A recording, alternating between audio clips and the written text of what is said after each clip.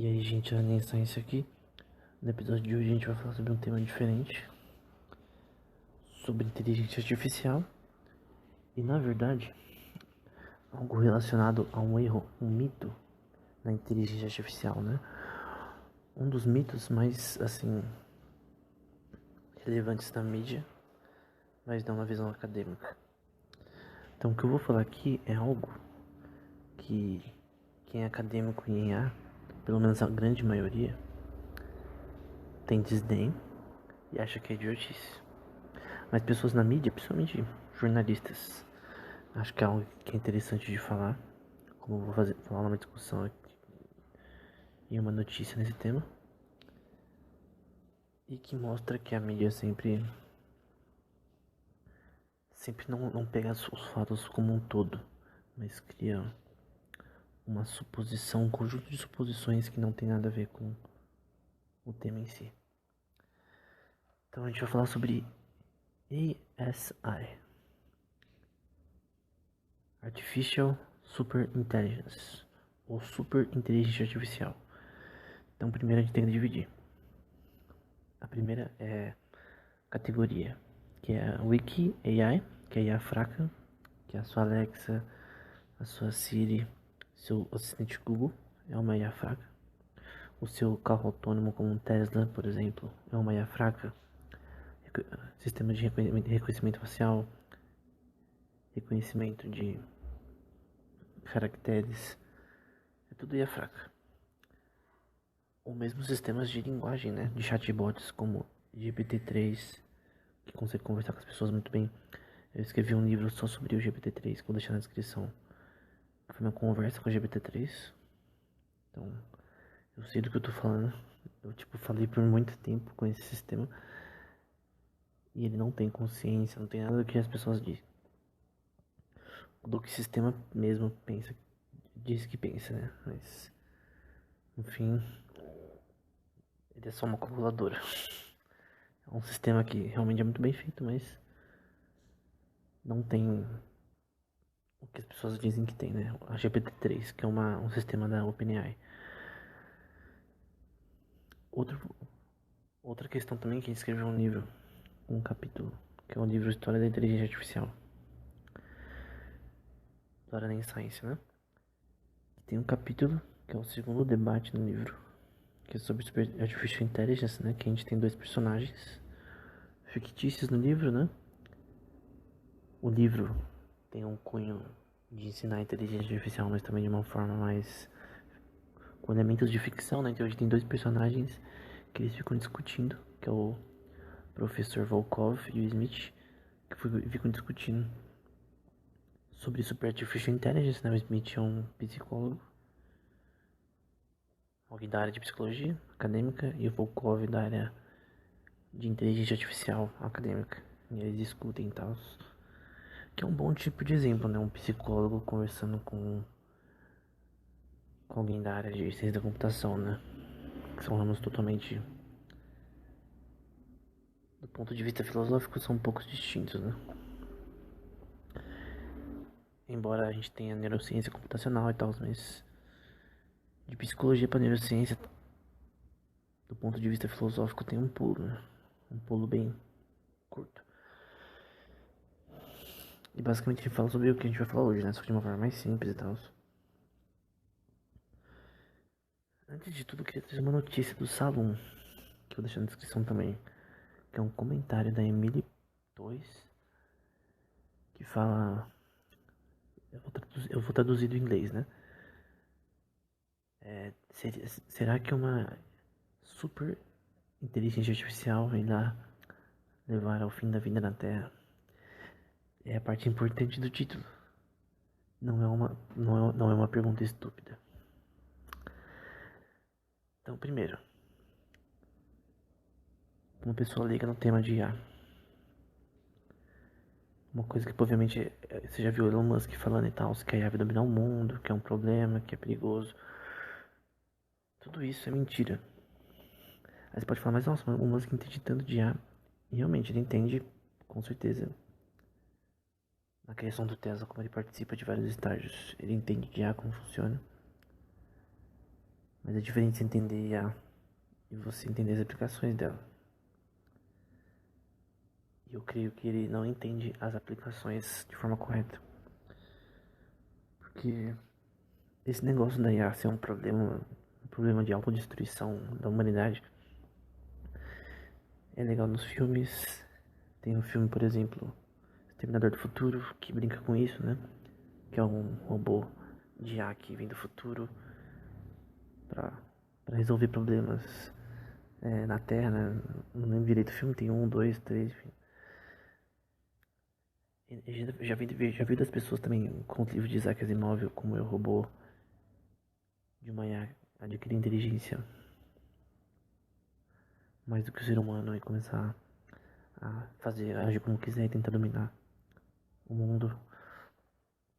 Tudo isso é lixo. Mentira. E não é uma questão, mas você tá sendo alguém contra a tecnologia, contra o avanço dela. Todo mundo quer que a tecnologia avance.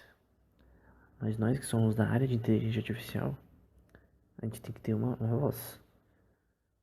Tô falando de quem entende a parte do código e a parte matemática por trás. Porque tem a pessoa que ela programa IA, mas não sabe como funciona os pormenores dela, né? E as limitações dela. Quando você entende a questão matemática por trás, que a gente explica de certa forma no primeiro episódio do nosso podcast sobre como funciona a inteligência artificial, que a gente vai explicar também em outros episódios.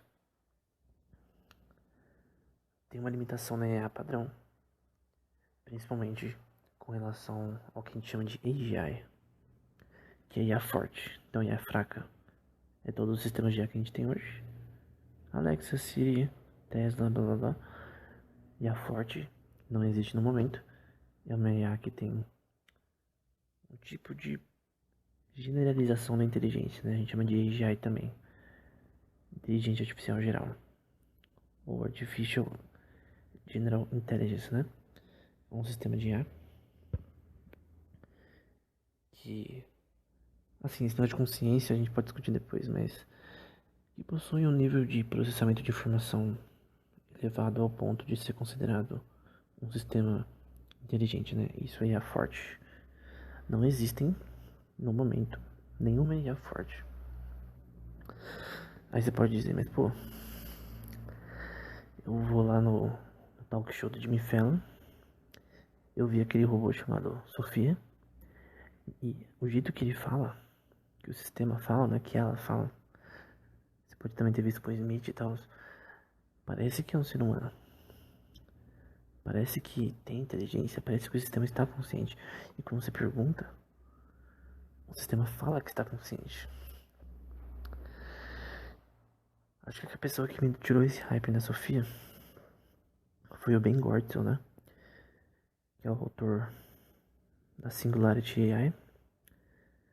É uma das pessoas mais proponentes na inteligência artificial geral e na criação de robôs inteligentes, né?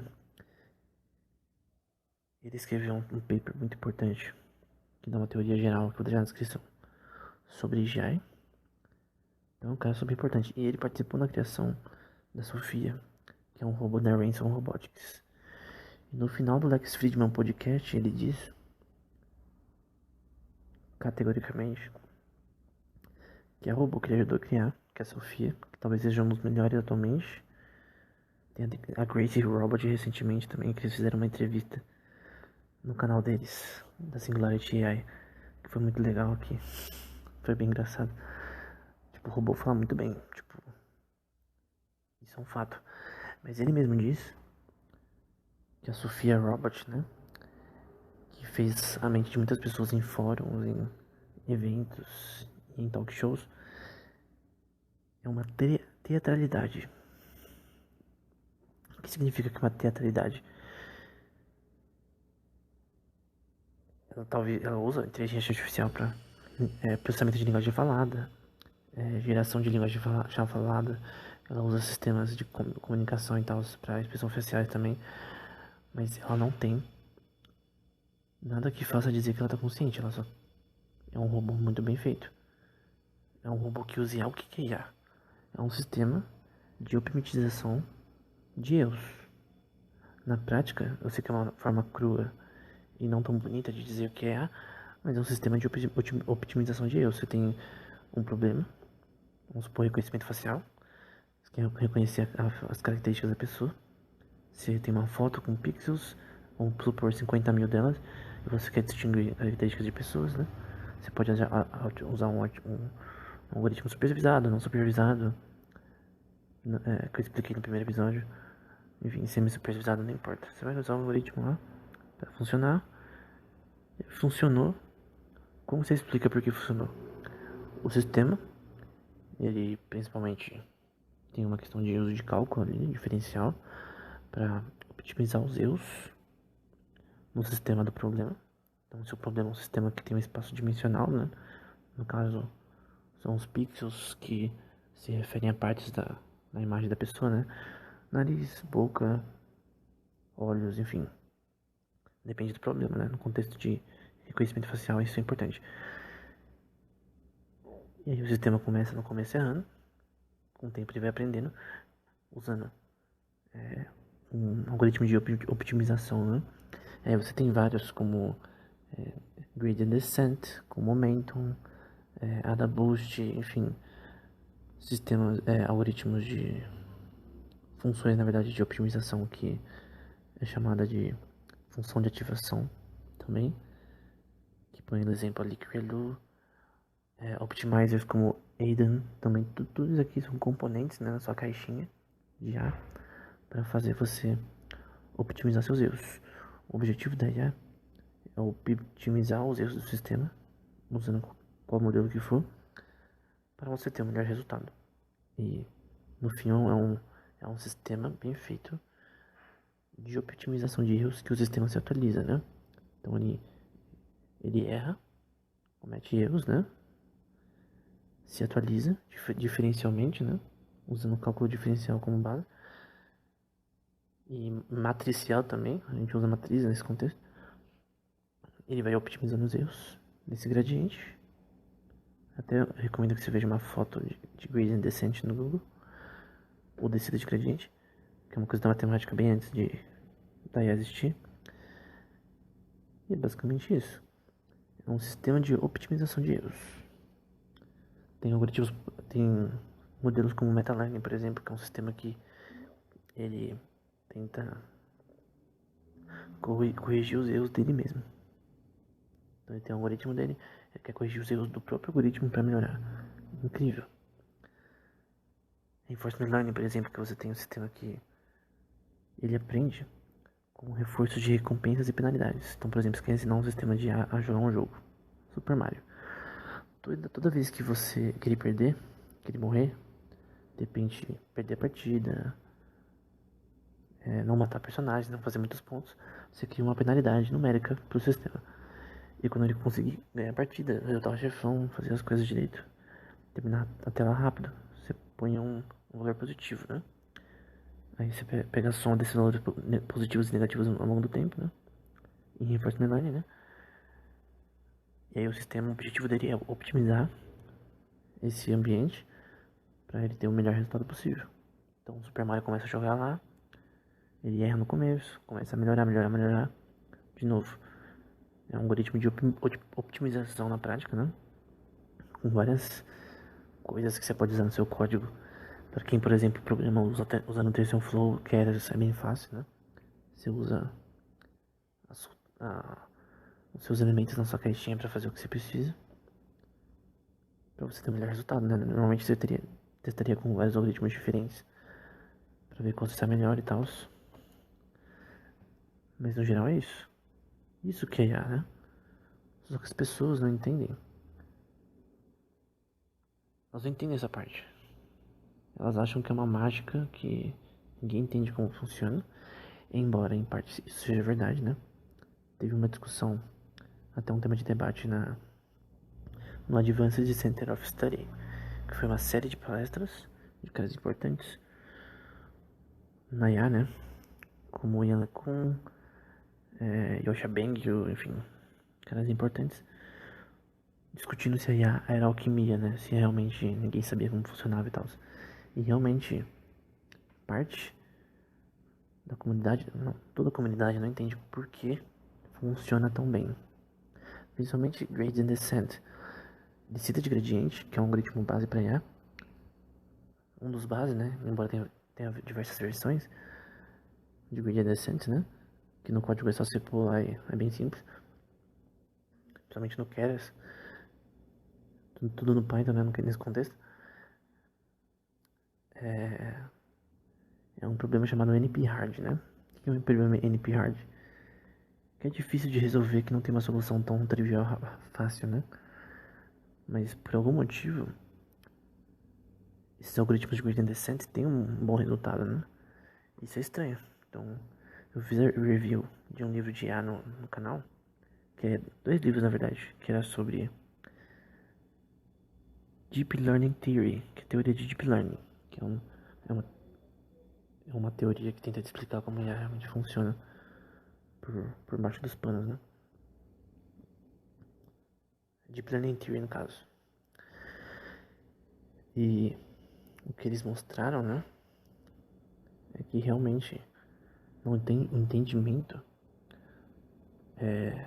assim, algébrico, geométrico de explicar porque essas funções de optimização da IA funcionam tão bem, porque tem um problema que se chama unfitting, eu acho. Tenho que ver aqui, mas é um problema que tem muito na parte de biologia molecular, por exemplo. Tudo em biologia tem esse problema, né? Estatístico. Quantos mais dados você tem, quanto mais dimensões seus dados têm, mais é difícil você lidar com esses dados, né? Então, seu algoritmo de otimização vai ter problemas. Então, quanto mais dados você tem, né? O seu problema, sei lá, reconhecimento de cachorros e gatos, enfim, de objetos. Chama overfitting. Peguei aqui certinho, overfitting. Que tipo, mais dados que você consegue lidar, né? Mas esse sistema fica complexo, né? E também tem underfitting, né? No caso você tem poucos dados e não consegue achar uma correlação correta, né? Mas esse problema do overfitting, quanto mais dados, menos correlações você consegue achar, né? E na biologia isso é um problema terrível, né? Na estatística para biologia, que depende muito da estatística para avaliar os seus resultados, né? E por isso que é uma ciência tão complexa, né? Eu creio que quem é pesquisador em biologia, talvez seja uma das áreas mais difíceis, porque eles talvez precisam entender mais estatística para conseguir ter resultados importantes, né?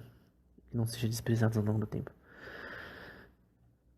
Mas por algum motivo, nesses livros aí eu vou deixar na descrição esse livro que eu tô citando, por algum motivo funciona. Por algum motivo, sistemas de IA lidam com o overfitting muito bem. E até o contrário disso, quanto mais dados, melhor. É um lema importante na inteligência artificial. Quanto mais dados, mais dimensões, melhor. Camadas infinitas de sinapses artificiais e tal. O que não faria sentido no contexto da teoria de aprendizado, né? Que é Statistical Learning Theory.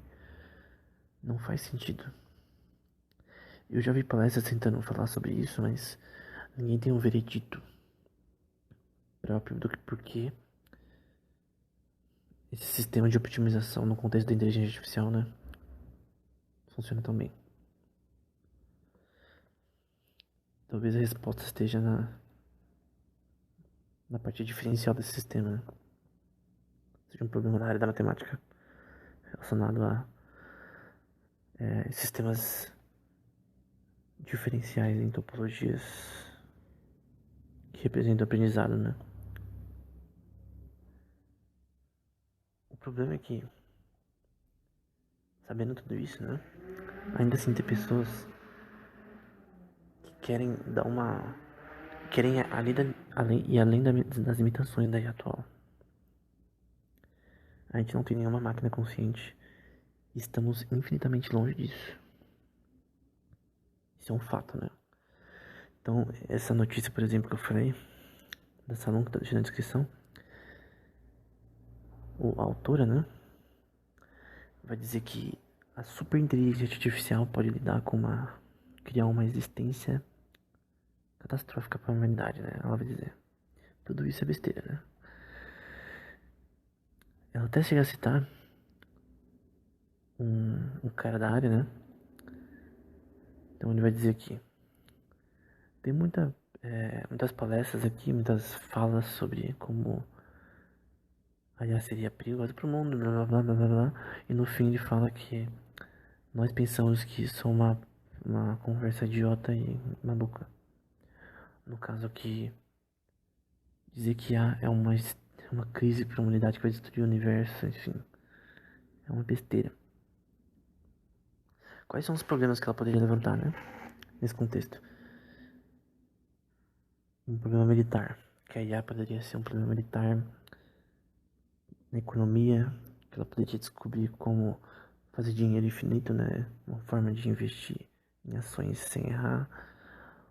Ou de conseguir fazer ciência melhor que nós, ser mais inteligente que nós, blá blá blá.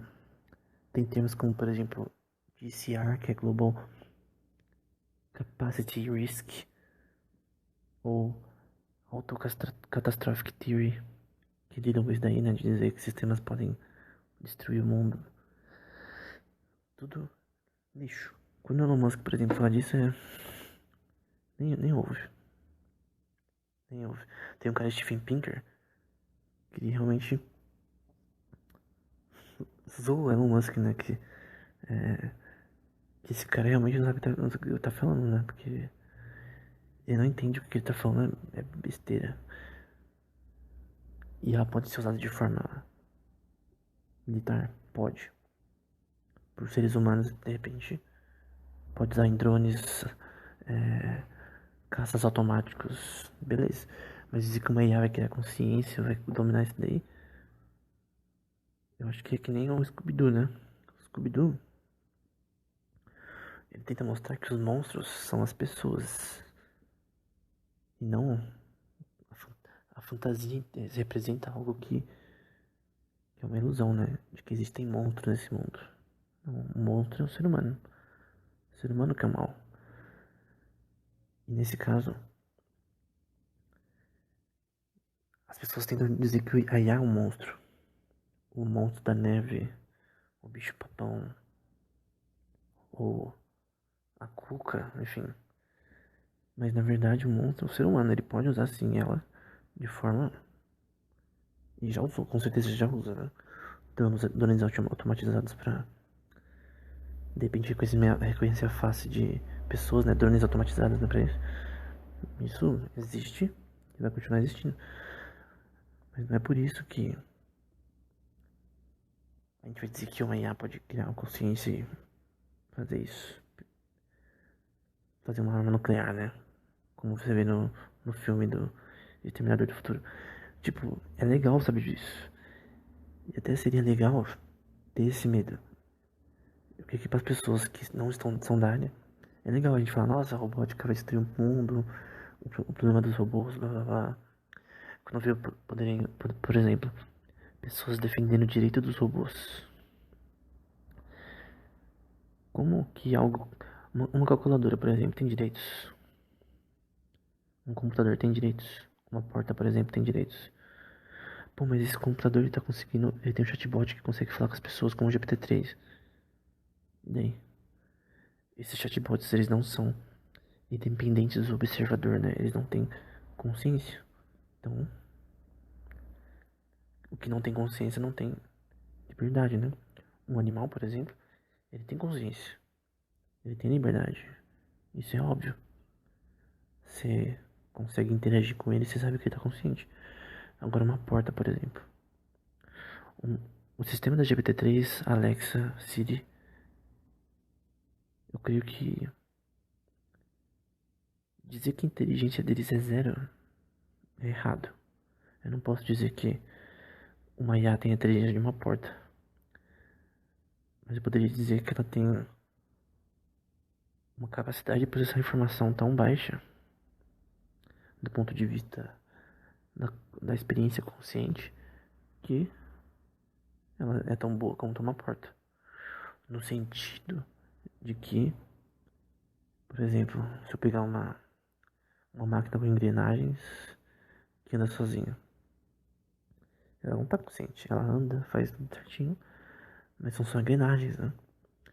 Aí você pode falar, mas IA não é só engrenagem. Talvez. Como eu disse, IA nada mais é do que uma complexa, ergonômica, função de optimização, né? Da matemática. Um sistema que se atualiza para se melhorar, usando o cálculo diferencial. Foi assim que nasceu o backpropagation. Então você tem um gradiente, né, que representa seus dados, você quer achar as partes mais baixas desse gradiente, né? Que a gente chama de global mínima, ou local mínimas, que é a parte mais baixa desse gradiente, né, dessa função tridimensional. E é isso. Ela vai calculando os gradientes e vai se melhorando. O conceito filosófico de se auto-melhorar é legal e tal, mas é isso. Aí quando pessoas dizem, mas a IA ela vai conseguir pensar, ser mais inteligente que o ser humano. A IA tá longe de ser considerada inteligente. Quanto mais que o ser humano. Pô, eu falei com o GPT-3 tanto tempo e é legal de conversar com ela, mas não tem. Ela não tem. Ela tem capacidade de se melhorar. Que eu posso dizer que eu conversei ao longo de algumas semanas e meses. Tipo, eu conversei, eu escrevi um livro sobre ela. Em uma semana, depois de um tempo, falei com ela de novo. Até com outro modelo que é o Tex Da-Vinci 002, que é o novo da OpenAI. E foi melhor, foi uma conversa melhor. Eu vi que o sistema melhorou, que ele tinha uma capacidade moral melhor e tal. Então o sistema ele é bom. De conversação, né? A gente foca nisso, né? Mas a OpenAI fez tantos outros sistemas que desenha, que pinta, enfim, que faz imagens incríveis. Eu acho que isso que deveria ser o foco da mídia. Inteligência artificial, nossas bobagens inúteis. De que poderia existir uma existência catastrófica para a humanidade na IA. Isso é uma burrice. E, por exemplo, eu citei eu citei da notícia que eu falei do salão, né? Sobre esse tema. E ela cita um cara falando que, o cara da área, né? Falando que isso é bem bobagem, né? Que as pessoas ficam pensando, tá assistindo muito filme. E aí, a autora responde, né? Mas isso realmente é loucura? Na minha visão, a resposta é não. Eu juro que quando eu li isso, eu dei risada alta aqui, porque você vê alguém falando com bom senso e outra pessoa respondendo com uma falta de bom senso incrível. E eu entendo que tem pessoas que não são da área.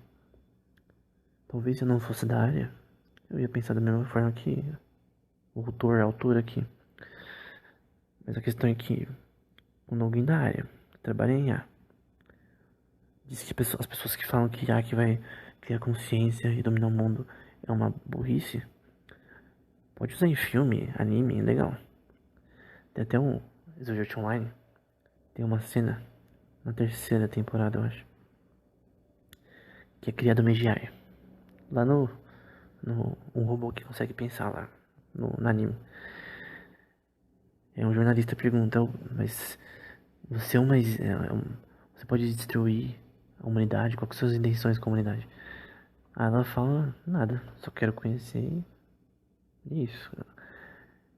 Aí os caras falaram lá que aquele jornalista tava vendo muito filme. Então o próprio anime mostrou isso, né? De que tem pessoas que ficam falando que criar uma AGI vai ser uma crise existencial. Isso é tudo pseudo-intelectualismo. E pseudociência também. O que é pseudo-intelectualismo? Intelectualismo, né? São pessoas que não. De repente pode até ser uma pessoa bem viajada, que tem, assim, estudos de uma área específica, mas que em alguns temas não sabe nada, não sabe o suficiente. Ou mesmo se sabe, não sabe ter bom senso. Por exemplo, um cara da Google recentemente, ele foi demitido, parece, porque ele tava dizendo que a IA que eles criaram tava consciente já. Primeiro, ou ele não tem bom senso, ou ele não tá sendo honesto. Eu acho que é a primeira coisa. Eles não estão tendo bom senso de entender que um sistema consciente é muito mais complexo do que parece. Do ponto de vista neurocientífico, é até difícil definir como a consciência emerge no ser humano. Como que somente com uma função de optimização de erros crua. Eu não tô dizendo que não é uma área matemática bem importante e que tem muitos resultados. Eu digo crua no sentido de que ela não se compara do que com o cérebro, que a gente não consegue nem explicar no momento, de forma matemática. Você vê livros, por exemplo, livros textos sobre matemática ou neuroscience, que tenta explicar topologicamente como o aprendizado funciona no cérebro e tal. Não tem muita. É muito complexo você definir uma forma computacional do cérebro. É super difícil. Como que com uma função de optimização elegante, ainda assim, você quer simplesmente falar que você criou algo desse tipo? E eu não estou dizendo que seja impossível criar uma máquina consciente. O que eu acredito é que sistemas de IA, eles podem ter uma consciência teatral. O que é uma consciência teatral? Você evoluir tanto, como tem evoluído ao longo dos anos, né? Obviamente, 50 anos atrás a gente não tinha o que a gente tem hoje. A GPT-3 da vida, a Alexa, a Siri e tal. Você evoluiu ele tanto que ele te engana ao ponto de passar o teste de Turing e você falar com ele como se fosse uma pessoa. O sistema de IA. Eu acho que esse é o futuro. No shopping, de repente, uma máquina que vende coisas consegue falar com você e tal. Consegue. Porque você vê que a GPT-3 ela fala muito bem. Muito rápido. Então, isso não tá muito longe. Mas a questão é que não é que ele está consciente, ele tem uma consciência teatral, né? Ele é tão bem feito, ele é tão assim parecido na forma humana de falar que parece que está conversando com uma pessoa. Mas é só uma teatralidade, é uma consciência teatral, é uma forma computacional de fazer uma cópia da vida. Então, por exemplo, você vai no cinema, vê um filme da Pixar. Aí você vê que um meteoro tá caindo na Terra no filme. Você vai fugir do cinema? Se alguém fugir do cinema hoje em dia, nesse contexto, você não acharia essa pessoa idiota? Se fosse uma criança, tudo bem, mas. Ou na época, por exemplo, da criação do cinema, que diz a lenda que tava um trem vindo de direção no filme, né? E as pessoas fugiram com medo de ser atropeladas, enfim. Porque nunca tinha visto um filme, né? Isso há 100 anos atrás, mais ou menos. Era uma coisa nova, né? E as pessoas têm medo. Mas quando a humanidade se acostumou com isso, pareceu assim normal. Então, você acharia estranho que alguém acreditasse que o Thor existe de verdade? Os Vingadores. Até as crianças sabem que não existem de verdade. E elas entendem isso rapidamente. Elas veem a realidade, veem a ficção, conseguem separar as duas. Só que tem pessoas na IA que gostam de juntar as duas, porque acham legal, né? Viram Star Trek, viram Asimov, o robô, enfim, viram Star Wars. Eu creio que é legal, mas eu não acredito que no momento qualquer pessoa honesta possa dizer que, por exemplo, a própria limitação tem um paper. Eu vou tentar deixar na descrição, eu vou achar. Que fala sobre como,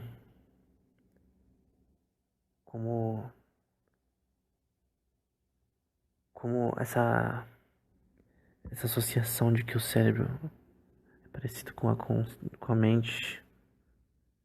Associação errada às vezes, né? Que as pessoas ficam falando, fazendo associações que o computador é como se fosse um cérebro, blá, blá, blá. Tem limitações isso.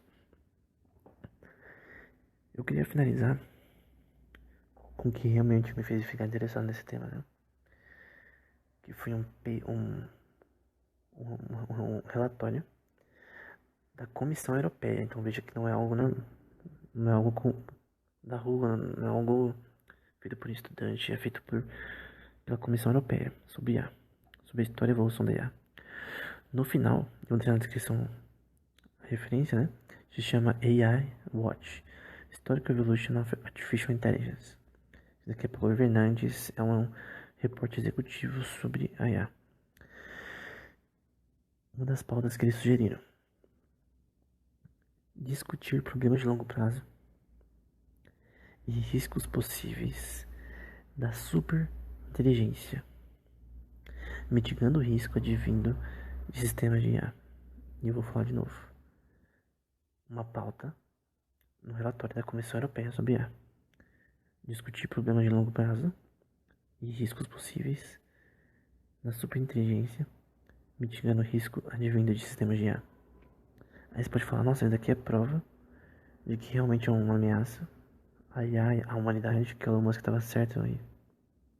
Todo mundo do Tecmundo, esses canais de notícias que não sabem como as coisas funcionam por baixo dos panos, né? Tem uma limitação do jornalista e do acadêmico. O acadêmico, principalmente em IA, ele tem que estudar muito. Principalmente a parte de matemática, a parte acadêmica, literatura. Não é uma coisa simples. E não é vendo documentário e videozinho que você vai aprender. Você pode até aprender por conta, mas normalmente, para alguém conseguir ir além nesse tema, você tem que se debruçar sobre livros acadêmicos, e não é simples. Até porque a matemática nesse contexto não é tão complexa quanto outros temas, né?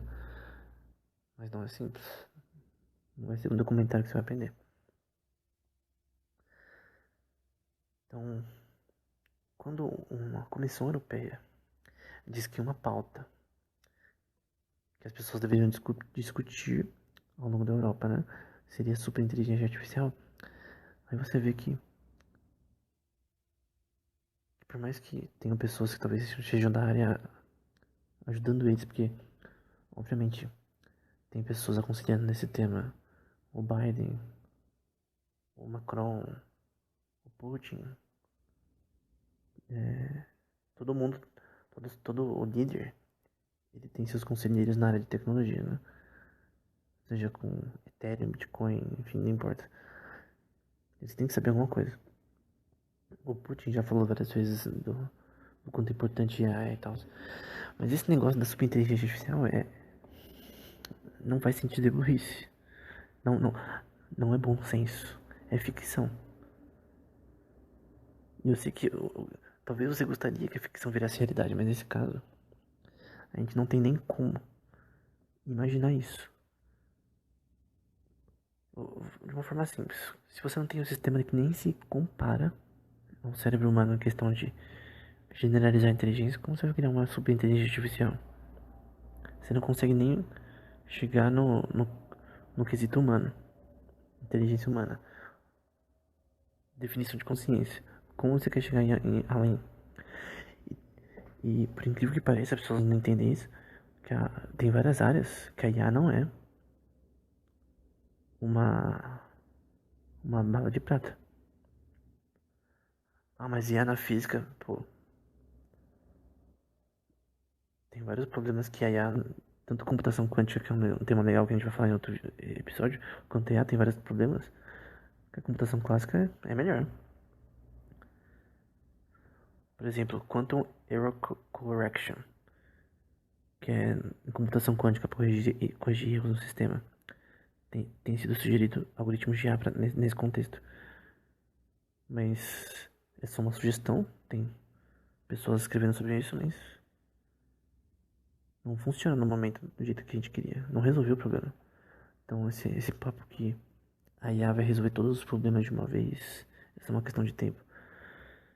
IA é incrível.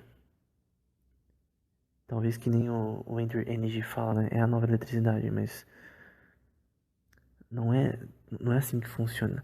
Tem uma coisa que se chama No Free Lunch Theorem. É literalmente isso. No Free Lunch Theorem. É o teorema que não existe lanche de graça. No contexto de inteligência artificial, né? Que no contexto de optimização de erros, você tem um limite pelo qual você pode resolver os problemas com um nível de dificuldade nula. Então, esse papo que você consegue usar IA para fazer problemas NP, complete virar pi, no caso que problemas difíceis virarem fáceis, não se aplica para todos os casos. Tem um paper da DeepMind recentemente, que é o AlphaFold, né? Eles conseguiram resolver um problema que era NP complete, né? Que era intratável, nenhum algoritmo conseguia, de envelopamento de proteínas, né? Super importante para biomedicina. Eles resolveram com IA. Então, um problema difícil ficou fácil. Porém, isso não é aplicável para todos os problemas. A IA vai resolver a hipótese de Riemann na matemática. Como a autora aqui, na notícia que eu citei, fala, né? A autora chega a dizer, veja isso, né? Falam sobre superinteligência artificial. Aqui a autora, eu deixei um pouco de lado a da Comissão Europeia. Ela chega a dizer que se um estudante nos Estados Unidos, faculdade, né? Demora 8,2 anos para ganhar um PhD, né? Que ela vai dizer que é 4,3 minutos de tempo numa superinteligência artificial, né? Então, ao longo desses 8 anos, uma superinteligência artificial teria 1.306 1.002.306 PhDs. Veja o que ela escreveu. 1.002.306 PhDs. Isso não tem nem significado, né? Como assim? Então quer dizer que a inteligência... Acho que nem tem... Nem faz sentido. Não faz sentido. Como assim, se uma pessoa tem 3 PhDs, por exemplo, ela fez 3 teses de doutorado num tema, quer dizer que ela possui mais inteligência que uma pessoa que só fez um? Como que é isso? Como o sistema de IA, essa evolução não faz sentido. A gente não tem nem um sistema de IA que consegue pensar, quanto mais ser mais inteligente que o ser humano em todas as áreas. Esse argumento foi tão bosta que nem tem como falar. É tipo, não é nem argumento, né? Essa notícia que eu pus aqui é risória, né? Pra quem é da área. É risória. É literalmente o que eu disse, né? E essa notícia é recente. É de 6 de agosto desse mês. Do salão, né? Tá na descrição. Não é aceitável. Mas quando pessoas mais sérias, como a Comissão Europeia, diz que eles têm que discutir os problemas futuros de superinteligência e tal, é realmente que eles vão perder tempo e dinheiro de impostos discutindo um nicho inútil. Vai discutir aplicações, por exemplo, da inteligência artificial na parte militar, problemas disso, aplicações da inteligência artificial na economia. Isso é debate. Agora, super inteligência artificial, que vai vir um robô do futuro para exterminar a humanidade, a gente tem que salvar. Enfim, é o mesmo, é o mesmo papo com o direito de robôs, né? Inútil. A gente pode talvez discutir isso em outro episódio, né? Também é inútil. Nada a ver. Tem outro artigo pra gente terminar. Artificial Superintelligence Beyond Rhetoric, 2016. Tem uma parte que o autor que ele diz: podemos confiar em aprendizado de máquina quando não entendemos o que está acontecendo por baixo dos panos. Dizendo que, como a gente não sabe o que está acontecendo por baixo dos panos, quer dizer que ela vai destruir, pode sair do controle e tal, como no filme O Robô. Na verdade, a gente sabe muito bem o que está acontecendo por baixo dos panos, né? A gente não sabe explicar coisas como eu falei aqui, porque ela funciona tão bem, do ponto de vista matemático, porque ela lida com overfitting bem, porque às vezes ela lida também com underfitting bem, com poucos dados ou com muitos dados. Mas a gente entende sim. Tem livros em Deep Learning Theory, eles são bem profundos, eles explicam bem como funciona. Talvez existem sim pormenores, mas a gente entende como funciona sim. Então, para quem é leigo na área, a gente entende inteligência artificial, sim. Não é alquimia, é matemática pura. É pura não, né? É no caso. Poderia dizer que inteligência artificial é topologia diferencial. Dentro de um grupo, né? A teoria dos grupos, o grupo de matrizes de equações diferenciais com um grupo de Lie que define, no caso, a correção de erros nesse sistema. Então, isso é IA, né? Agora falar que a gente não entende nada o que tá acontecendo por baixo dos panos não faz sentido, né? É uma falácia, né?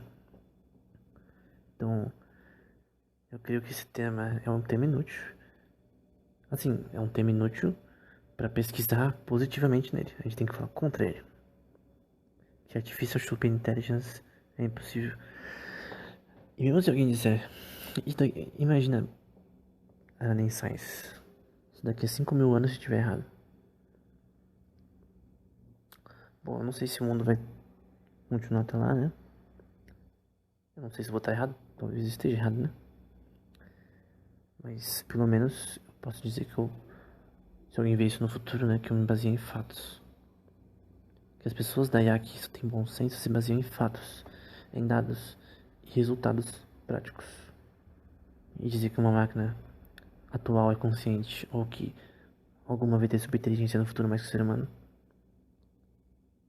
é uma burrice tão grande que não cabe no meio acadêmico, né? De IA, né? Então IA tem N coisas que poderiam ser catastróficas. Mas essas coisas catastróficas, né? Seriam culpa do ser humano. Fez um drone aí que explode lugares aí, enfim. Um drone de IA que anda sozinho e destrói coisas. Um caça de IA, não sei. Um tanque autônomo. Imagina um exército de tanques autônomos controlados por um sistema na nuvem de IA controlado pelo governo que vai destruindo tudo. Possível. É até fácil de fazer no momento. Isso é uma discussão. IA do ponto de vista militar. Mas é difícil Super Intelligence é lixo. Então é isso. Até o próximo episódio.